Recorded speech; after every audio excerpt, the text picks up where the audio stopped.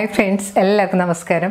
എല്ലാവരും നമ്മുടെ വീഡിയോസൊക്കെ കാണുന്നുണ്ടെന്ന് വിശ്വസിക്കുന്നു. വീഡിയോസൊക്കെ കാണുന്നതിന് സപ്പോർട്ട് ചെയ്യുന്ന എല്ലാവർക്കും ഞാൻ പ്രത്യേകം നന്ദി പറയുന്നു. ഞാനിന്ന് വന്നിരിക്കുന്നത് ഒരു പൂരിയുടെ റെസിപ്പി ആയിട്ടാണ്. ബീട്രൂട്ട് വെച്ചിട്ടാണ് ഈ പൂരി ചെയ്യുന്നത്. നല്ല കളർഫുള്ളും നല്ല ടേസ്റ്റിയും നല്ല സോഫ്റ്റ് ആയിട്ടുള്ള റെസിപ്പിയാണ്. അപ്പോൾ നിങ്ങളിത് ട്രൈ ചെയ്ത് നോക്കുക. നമ്മളിതിനു മുമ്പൊരു കസ്റ്റർഡ് കേക്കിൻ്റെ റെസിപ്പിയാണ് ഇട്ടത്. നോ എഗ് കേക്കാണ്. നല്ല ടേസ്റ്റി ആയിട്ട് നല്ല സോഫ്റ്റ് ആയിട്ടുള്ള കേക്കാണ്. അധികം പേരൊന്നും കണ്ട് നോക്കിയിട്ടില്ല. അപ്പോൾ കാണാത്തവരാണെങ്കിൽ അതൊക്കെ ഒന്ന് കണ്ട് നോക്കുക, ട്രൈ ചെയ്ത് നോക്കുക. പൂരി തന്നെയാണെങ്കിൽ നമ്മൾ നേരത്തെ ഉരുളക്കിഴങ്ങ് വെച്ചിട്ടുള്ള പൂരി, അതുപോലെ തന്നെ സാധാരണ പൂരിയൊക്കെ ഇട്ടിട്ടുണ്ട്. പൂരി ഒത്തിരി പേര് കണ്ട് നോക്കിയിട്ടുള്ള റെസിപ്പിയാണ്. അപ്പോൾ കാണാത്തവരാണെങ്കിൽ അതും കൂടെ കണ്ട് നോക്കുക. കണ്ട് നോക്കിയിട്ട് അഭിപ്രായം കമൻറ്റ് ബോക്സിൽ മറക്കരുത്. നിങ്ങളുടെ ഫ്രണ്ട്സായിട്ടൊക്കെ ഷെയർ ചെയ്യുക. അപ്പോൾ നമുക്ക് ഈ ബീട്രൂട്ട് പൂരി ഉണ്ടാക്കാൻ തുടങ്ങാം.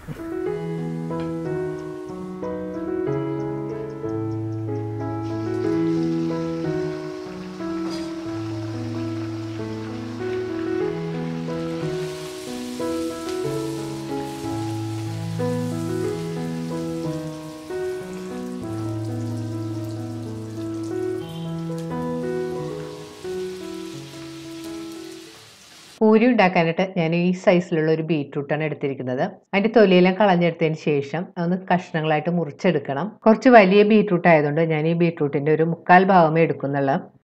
ബീട്രൂട്ട് ഞാനിവിടെ ഇതുപോലെയുള്ള ചെറിയ കഷ്ണങ്ങളായിട്ട് മുറിച്ചെടുത്തിട്ടുണ്ട്. ഇത് നമുക്ക് വേവിച്ചെടുക്കാനുള്ളതാണ്. കട്ട് ചെയ്തെടുത്ത ബീട്രൂട്ട് കഷ്ണങ്ങൾ ഒരു പ്രഷർ കുക്കറിലേക്ക് ഇട്ട് കൊടുക്കാം. ഇനി ഇതിലേക്ക് ഒരു 1/2 കപ്പ് വെള്ളം കൂടി ഒഴിച്ചു കൊടുക്കാം. അതിന് ശേഷം കുക്കർ മൂടി ബീട്രൂട്ട് ഒന്ന് നന്നായിട്ട് വേവിച്ചെടുക്കണം. ഒരു 1-2 വിസിൽ വരുന്നത് വരെ ഒന്ന് കുക്ക് ചെയ്താൽ മതി. ഇപ്പോൾ ബീട്രൂട്ട് നല്ല പാകത്തിന് വെന്ത് വന്നിട്ടുണ്ട്. ഇത് നമുക്കൊന്ന് അരിച്ച് അതിൻ്റെ വെള്ളം മാറ്റി വെക്കണം. വെള്ളത്തിൽ നിന്ന് ഊറ്റിയെടുത്ത ബീട്രൂട്ട് കഷ്ണങ്ങൾ നമുക്ക് കുറച്ച് സമയം തണുക്കാനായിട്ട് മാറ്റി വെക്കണം. തണുത്തതിന് ശേഷം വേണം ഒന്ന് അരച്ചെടുക്കാനായിട്ട്. ഇപ്പോൾ ബീട്രൂട്ട് നല്ലതുപോലെ തണുത്ത് വന്നിട്ടുണ്ട്. ഇനി അതൊരു മിക്സിയിലെ ചെറിയ ജാറിലേക്ക് ഇട്ട് കൊടുക്കാം. ഇത് നമ്മൾ ബീട്രൂട്ട് വേവിച്ചപ്പോൾ മാറ്റി വെച്ച വെള്ളമാണ്. അതിൽ നിന്ന് കുറച്ച് വെള്ളം നമുക്ക് ഇതിലേക്ക് ഒഴിച്ചു കൊടുക്കാം. കൂടുതൽ വെള്ളമൊന്നും വേണ്ട. 2-3 ടേബിൾ സ്പൂൺ വെള്ളം കൂടെ ചേർത്തതിന് ശേഷം ഇതൊന്ന് നന്നായിട്ട് അരച്ചെടുക്കണം. ബീട്രൂട്ട് ഇപ്പോൾ ഈ കാണുന്ന പോലെ നല്ല ഫൈനായിട്ട് അരച്ചെടുത്തിട്ടുണ്ട്. ഇനി നമുക്ക് മാറ്റി വെക്കാം. ഇനി ഒരു ബൗളിലേക്ക് 2 കപ്പ് ഗോതമ്പ് പൊടി ഇട്ട് കൊടുക്കാം.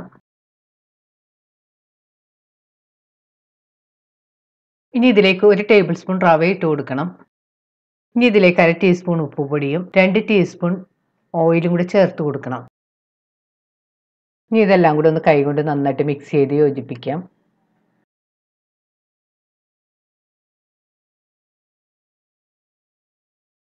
ഇനി ഇതിലേക്ക് അരച്ചു വെച്ചിരിക്കുന്ന ബീട്രൂട്ട് കുറേശ്ശായിട്ട് ഇട്ട് ഒന്ന് നന്നായിട്ട് കൈകൊണ്ട് മിക്സ് ചെയ്ത് യോജിപ്പിക്കണം. ബീട്രൂട്ട് അരച്ചതിൽ നിന്ന് ആദ്യം കുറച്ചിട്ടിട്ട് കുഴച്ചെടുത്താൽ മതി. പിന്നീട് വേണമെങ്കിൽ ചേർത്ത് കൊടുത്താൽ മതി. നമ്മൾ പൂരിക്ക് മാവ് കുഴക്കുമ്പോൾ പ്രത്യേകം ശ്രദ്ധിക്കേണ്ടത് മാവ് കൂടുതൽ ലൂസായി പോകരുത്. ചപ്പാത്തി മാവിനേക്കാളും കുറച്ചുകൂടി കട്ടിയിൽ വേണം നമ്മൾ പൂരിയുടെ മാവ് കുഴച്ചെടുക്കാനായിട്ട്. മാവ് കൂടുതൽ അയഞ്ഞൊക്കെ പോയിട്ടുണ്ടെങ്കിൽ പൂരി പരത്തുമ്പോൾ പൊട്ടിപ്പോവുകയും പൂരി വറുത്തൊക്കെ എടുക്കുമ്പോൾ ഒരുപാട് എണ്ണ കുടിക്കുകയും ചെയ്യും.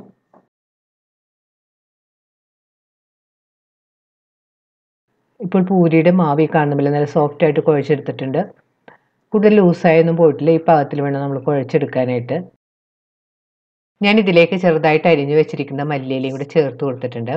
മല്ലിയില ഓപ്ഷനാണ്, നിങ്ങൾക്ക് ഇഷ്ടമുണ്ടെങ്കിൽ ചേർത്താൽ മതി. മല്ലിയില ചേർത്തതിന് ശേഷം വീണ്ടും നന്നായിട്ട് കുഴച്ചെടുക്കണം.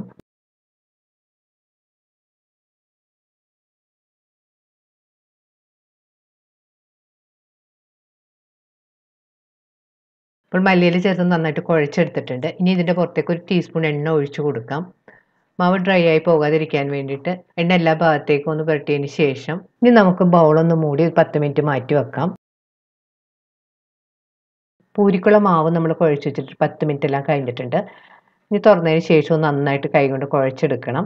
അതിന് ശേഷം ഇതിൽ നിന്ന് കുറച്ച് മാവ് എടുത്ത് കയ്യിൽ വെച്ച് ഇതുപോലെ നീളത്തിൽ ഉരുട്ടിയെടുക്കുക.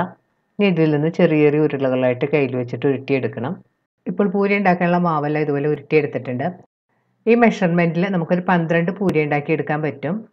ഇനി ഓരോരുടെയും കുറച്ച് എണ്ണയിൽ മുക്കിയെടുത്തതിന് ശേഷം ചപ്പാത്തിപ്പലയിൽ വെച്ചിട്ടൊന്ന് പതുക്കെ പരത്തിയെടുക്കുക. പരത്തിയെടുക്കുമ്പോഴത്തേക്കും കൂടുതൽ ബലത്തിലൊന്നും പരത്തണ്ട. അതുപോലെ തന്നെ പൂരിക്ക് പരത്തിയെടുക്കുമ്പോഴത്തേക്കും കൂടുതൽ തിന്നായി പോകരുത്. കൂടുതൽ തിന്നായി പോയിട്ടുണ്ടെങ്കിലും നമ്മൾ പൂരി ഉണ്ടാക്കുമ്പോഴത്തേക്കും അത് പൊട്ടിപ്പോകും. സ്വല്പം കട്ടിയിൽ വേണം പരത്തിയെടുക്കാനായിട്ട്. ഞാൻ ഈ കാണുന്ന പാകത്തിനാണ് എടുത്തിരിക്കുന്നത്. ബാക്കിയുള്ള മാവ് നമുക്ക് ഇതുപോലെ തന്നെ പരത്തിയെടുക്കാം. ഇപ്പോൾ എല്ലാ പൂരി കാണുന്ന പോലെ പരത്തിയെടുത്തിട്ടുണ്ട്. ഇനി നമുക്ക് പൂരി ഉണ്ടാക്കാൻ തുടങ്ങാം. പൂരി ഉണ്ടാക്കാനായിട്ട് ഞാനിവിടെ ചീനച്ചട്ടി ചൂടാക്കാൻ വെച്ചിട്ടുണ്ട്. ചട്ടി ചൂടായി വരുമ്പോൾ അതിലേക്ക് ആവശ്യത്തിന് ഓയിൽ ഒഴിച്ചു കൊടുക്കണം. അപ്പോൾ എണ്ണ നന്നായിട്ട് ചൂടായി വന്നിട്ടുണ്ട്. ഇതിലേക്ക് നമുക്ക് ഇടയ്ക്ക് വെച്ചിരിക്കുന്ന പൂരി ഇട്ട് കൊടുക്കാം. പൂരി ഇട്ടതിന് ശേഷം സ്റ്റവ് ഒരു മീഡിയം ഫ്ലെയിമിൽ വെച്ച് വേണം കുക്ക് ചെയ്യാനായിട്ട്. പൂരിയുടെ പുറത്തേക്ക് ചട്ടാൻ കൊണ്ട് പതുക്കെ ഒന്ന് പ്രസ് ചെയ്ത് കൊടുക്കുക. അപ്പോൾ പൂരി നന്നായിട്ട് പൊന്തി വരും. അപ്പോൾ പൂരിയുടെ ഒരു സൈഡ് മൂത്ത് വന്നിട്ടുണ്ട്. നമുക്ക് തിരിച്ചിടാം.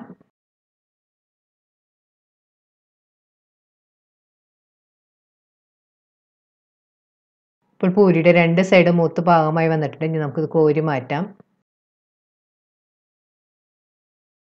ബാക്കിയുള്ള പൂരി നമുക്ക് ഇതുപോലെ തന്നെ വറുത്തെടുക്കാം.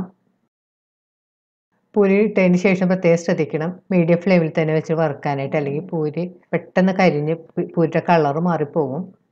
നമുക്ക് വളരെ പെട്ടെന്ന് നല്ല കളർഫുള്ളായിട്ട് നല്ല ടേസ്റ്റി ആയിട്ട് നല്ല ക്രിസ്പി ആയിട്ട് ഉണ്ടാക്കിയെടുക്കാൻ പറ്റുന്ന ഒരു പൂരിയാണിത്. കുട്ടികൾക്ക് ഇത് വളരെ ഇഷ്ടപ്പെടും. ഇതിനെ കൂടെ കഴിക്കാൻ പറ്റിയൊരു ഉരുളക്കിഴങ്ങ് മസാലയുടെ റെസിപ്പി നമ്മൾ നേരത്തെ വീഡിയോ ഇട്ടിട്ടുള്ളതാണ്. അപ്പോൾ അതിൻ്റെ ലിങ്ക് ഞാൻ ഡിസ്ക്രിപ്ഷനിൽ കൊടുക്കുന്നതാണ്. അപ്പോൾ കാണാത്തവരാണെങ്കിൽ അതും കൂടെയൊക്കെ ഒന്ന് കണ്ട് നോക്കുക, ട്രൈ ചെയ്ത് നോക്കുക. വീണ്ടും ഇതുപോലെ നല്ല അടിപൊളി റെസിപ്പി ആയിട്ട് നമുക്ക് കാണാം. Thank you.